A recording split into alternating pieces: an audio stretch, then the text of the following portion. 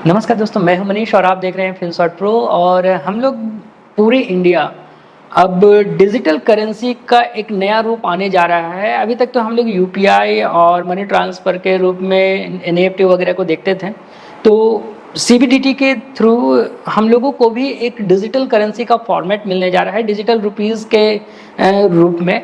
Actually ये बहुत सारे कंट्री ऑलरेडी रन करा रहे हैं और कुछ कंट्रियाँ जो बड़े बड़े कंट्रियाँ हैं जैसे रसिया, चाइना, ऑस्ट्रेलिया, ये सब पायलट प्रोजेक्ट के रूप में ये चल रहा है। तो हमारा इंडिया भी पायलट प्रोजेक्ट के रूप में ये चालू हो चुका है। जहाँ पर रन कर रहा है वो 2-3-4 कंट्रियाँ ऐसे हैं जो कि ऑलरेडी ये चालू कर चुके हैं डिजिटल करेंसी को सीबीडीटी के फॉर्मेट पे।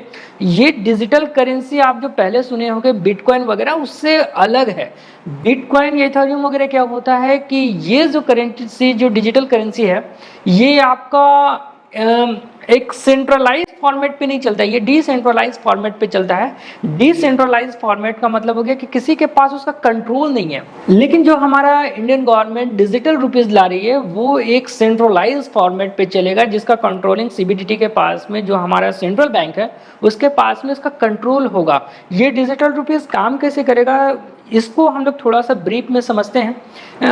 जैसे अभी हम लोग यूपीआई में ट्रांजैक्शन करते हैं, ऑलरेडी आप बोलोगे कि यूपीआई में तो ऑलरेडी कर रहे हैं, तो ये डिजिटल करेंसी क्या है, डिफरेंट नया चीज़।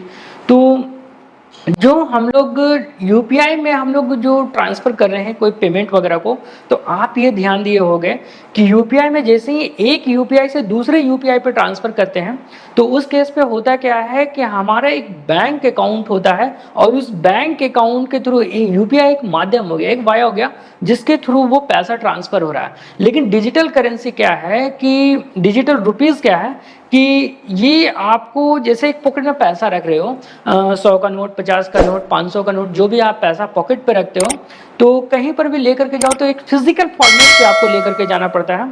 लेकिन डिजिटल करेंसी एक मोबाइल वैलेट पे होगा, एक वैलेट पे आपको फॉर्मेट पे आपको पेमेंट रखना होगा, जो कि आप किसी भी बैंक से जाकर के एक्सचेंज इसको करवा सकते हो फिजिकल के फॉर्म पे, या कैश जमा करके फिजिकल से डिजिटल वैलेट पे जमा कर सकते हो।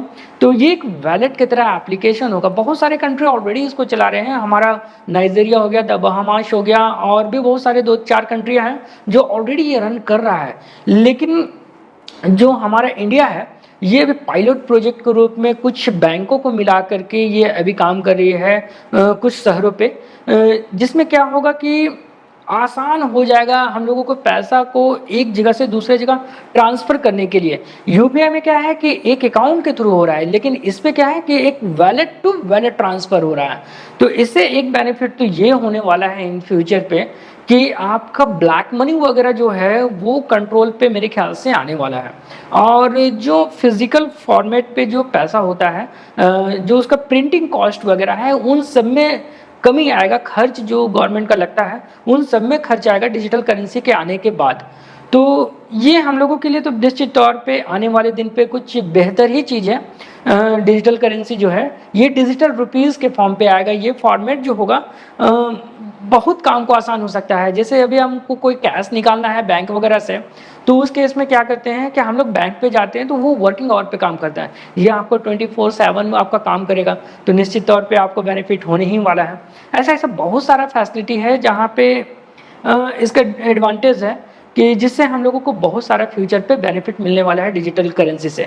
इसको क्रिप्टो करेंसी के जैसा आप नहीं ट्रीट कर सकते हो। क्रिप्टो करेंसी आपका कंप्लीटली डिफरेंट चीज़ हो जाता है।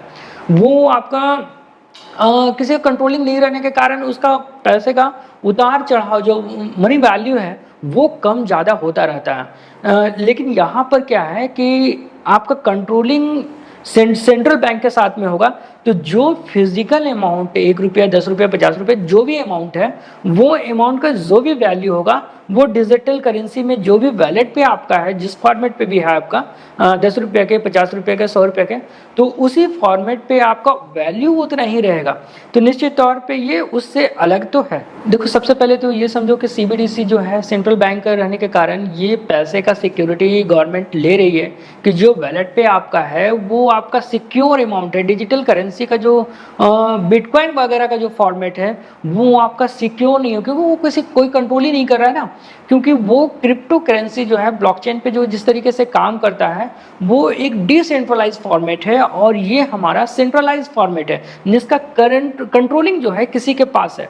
तो बेनिफिट यहाँ पर ये देखने को ये मिल सकता है कि इसका वैल्यू कभी गिरने वाला नहीं है।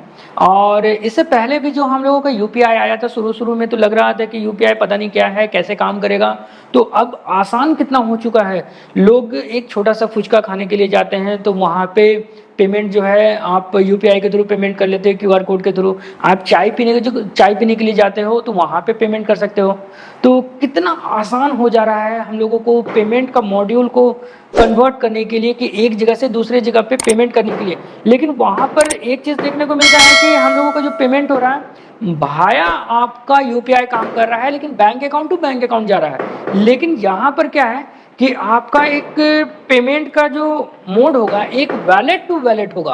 तो निश्चित तौर पे ये आसान इन फ्यूचर पे होने वाला है डिजिटल करेंसी पे। इसके बारे में डिटेल पे मैं एक और अलग वीडियो बनाऊंगा कि किन किन बैंकों के साथ ये काम कर रहा है, कौन कौन कंट्री पे काम कर रहा है। तो ये मैं एक ब्रीफ आपको बताना चाह रहा था कि डिजिटल करेंसी किस तरीके से काम करता है और कैसे ये काम करने वाला है। बहुत सारे कंट्री में तो अभी भी ये डेवलपमेंट फेज पे है, जैसे आपका ब्राज़ील हो गया, कनाडा हो गया, यूएस वगैरह हो गया। लेकिन हमारे आसपास के कंट्री जैसे इंडिया, चाइना, रसिया, ऑस्ट्रेलिया, ये सारे जो कंट्री वगैरह हैं इन सब में ये पायलट फेज का रूप स्टार्ट हो चुका है। पायलट फेज का मतलब जैसे मैंने पहले ही डिस्कस कर चुका हूँ कि ये एक फर्स्ट फेज बोल सकते हैं, जो कि एक टेस्टिंग फेज चल रहा है कि किस तरीके से ये काम करेगा।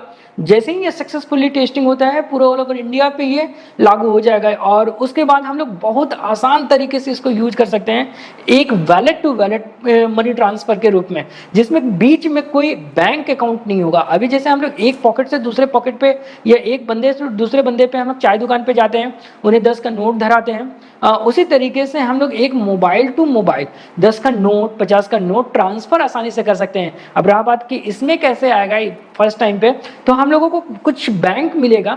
जैसे अभी पायलट फेज पे कुछ 4-5 बैंकों को मिला करके रखा हुआ है, उस बैंक में हम लोग करेंसी जाकर के जमा करेंगे या जिस तरीके से भी उनको पैसा देंगे, और वो हमारे वैलेट पे जो मोबाइल वैलेट होगा उस बैंक का या डिजिटल करेंसी बैंक का, उस बैंक के वैलेट पे हम लोगों को डिजिटल रुपी ट्रांसफर कर दिया जाएगा और हम लोग आसानी से यूज कर सकते हैं। तो दोस्तों ये वीडियो आपको कैसा लगा हमारे कमेंट बॉक्स पर जरूर लिखें, और ये चैनल अगर आपके लिए हेल्पफुल है तो हमारे इस चैनल को सब्सक्राइब करके नोटिफिकेशन बेल आइकन को भी प्रेस कर ले, ताकि आपको आसानी से हमारे जैसे ही अपलोड होते हैं कोई वीडियो तो आपको मिलता रहे। धन्यवाद।